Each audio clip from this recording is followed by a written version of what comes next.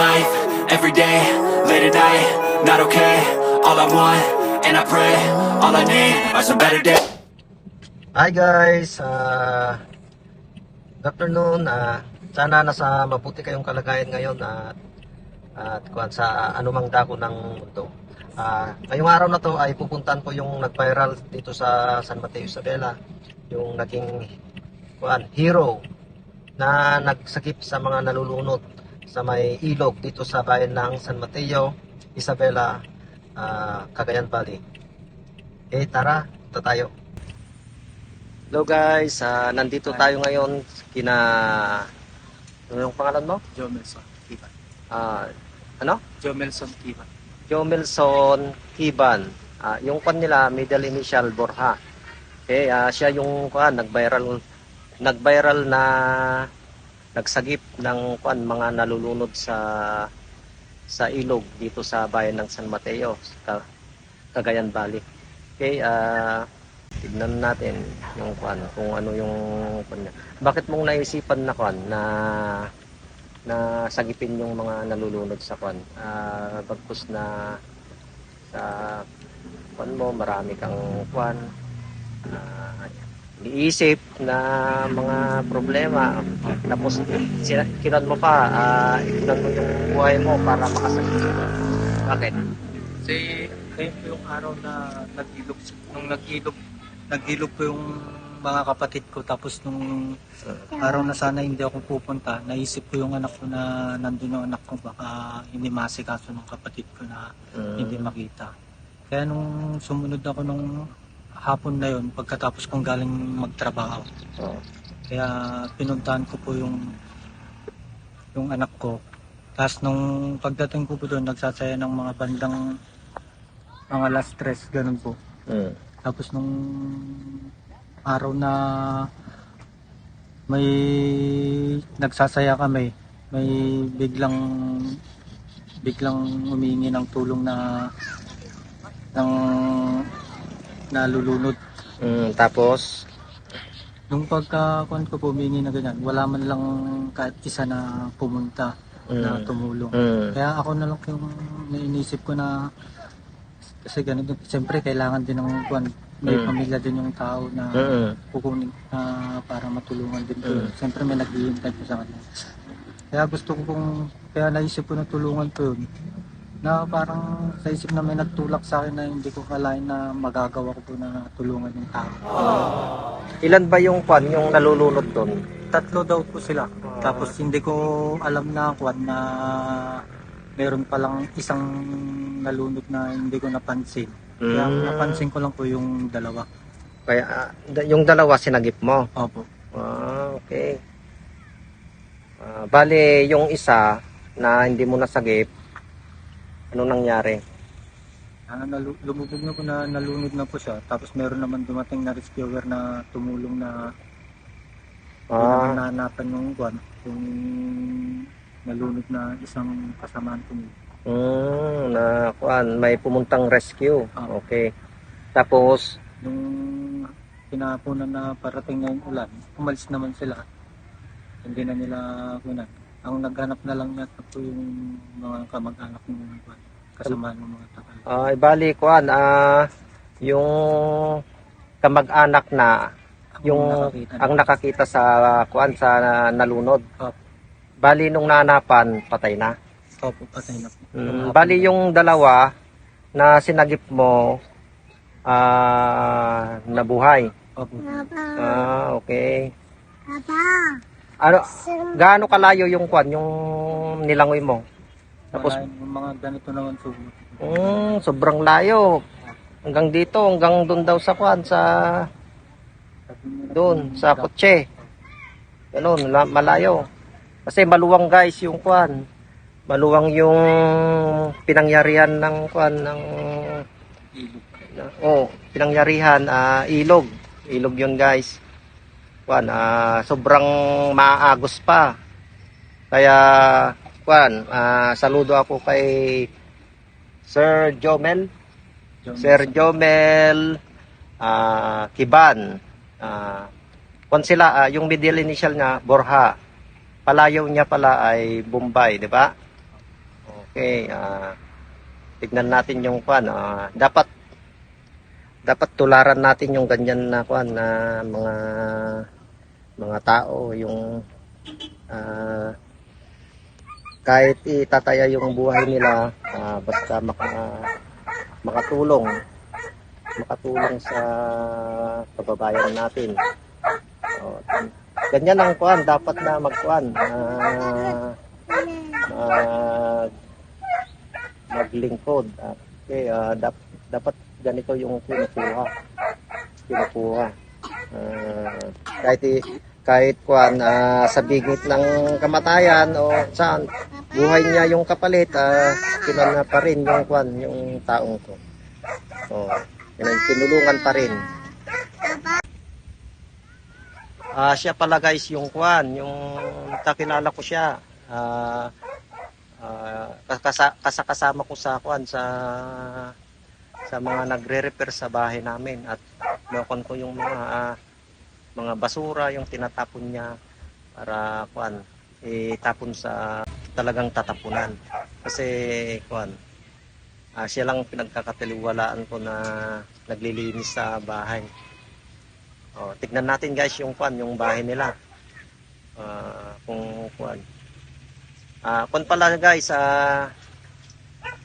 siya pala ay kwan, walang asawa pero may anak. Ewan ko kung kwan, hindi ko na kukwanin tatanungin kung kwan, kung anong nangyari. Pero mayroon siyang anak. Tapos nakatira siya sa likod. Yan guys. Yan, tignan natin yung bahay nila. Tara.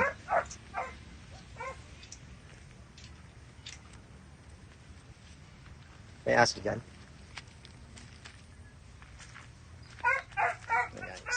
Yan guys, yung bahay nila. Okay.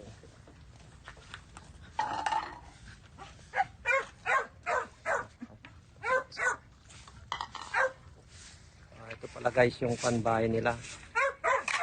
Tignan nyo guys. Ito yung lutuan nila.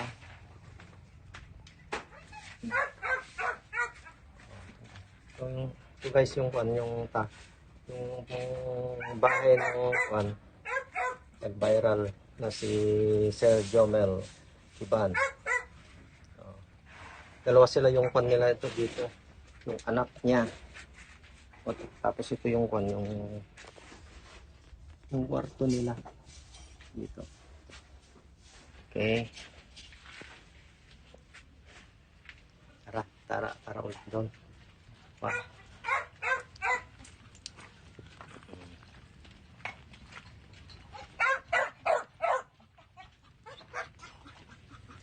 Okay.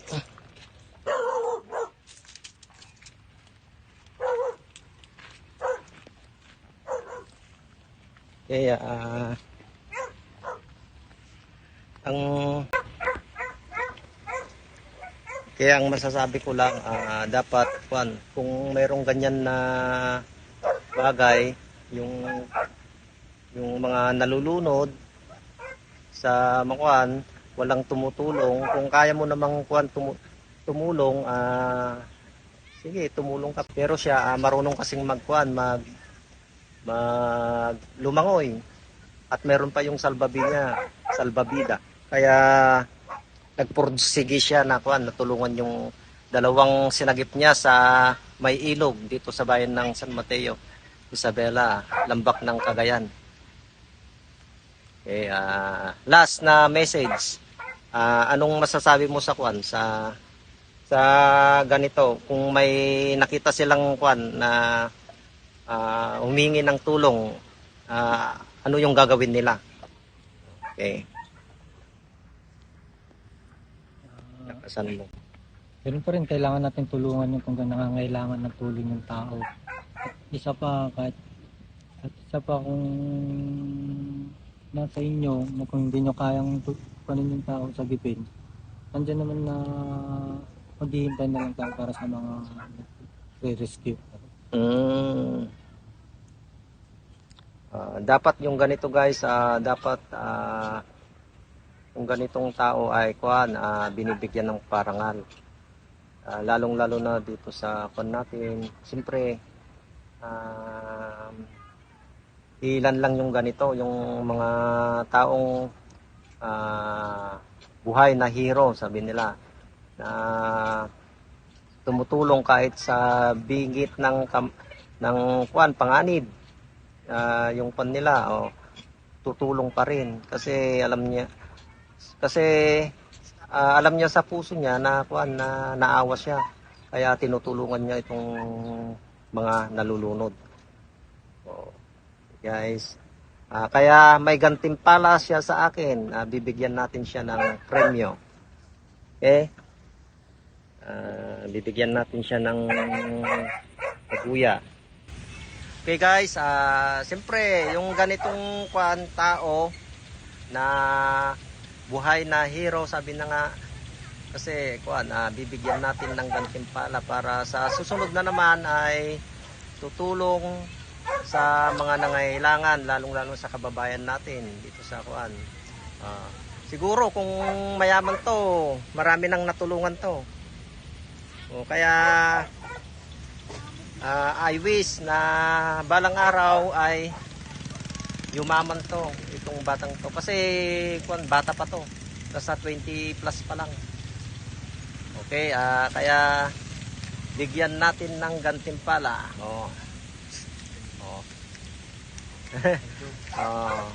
Okay, tignan nyo, gwapo-gwapo. Wala siyang asawa, kung sino man kuan diyan ang kuan, makipunta lang kayo dito sa kuan, sa Barangay 1. Barangay 1 pala yung tirahan nila guys, dito sa may kuan, Bukid, Maluwang. Dito guys. Anong masasabi mo sa binigay na kuan? Galing sa kwan yan, sa YouTube, Royal Siblings Vlog. Anong masasabi mo? Maraming salamat sa binigay na to, at maraming salamat po sa inyo. Magpasalamat ka sa Royal Siblings Vlog. Salamat sa Royal Vlog. Royal Siblings Vlog. Okay. Salamat sa mga nanonood sa amin sa Royal Siblings Vlog. Siyempre, kwan, kung mag-grow yung kwan, mag-grow pa yung kwan namin, yung YouTube channel namin, siyempre mas malaki yung maitutulong namin. Lalong-lalo na yung ganito na bagay, dapat kinokwanto, pinapahalagan yung mga kagaya ko, pinapahalagan ko yung ganitong bagay na siyempre buhay na hero, sabi na nga. Yung mga sundalo, siyempre hero, sabi nila, siyempre kwan na. Diba guys? Okay. Maraming salamat sa kwan, maraming salamat. Maraming salamat sa pagbibigay ng tulong sa mga kababayan natin, sa kahit sa binggit ng kwan, kamatayan, ay tumulong ka pa rin sa kanila.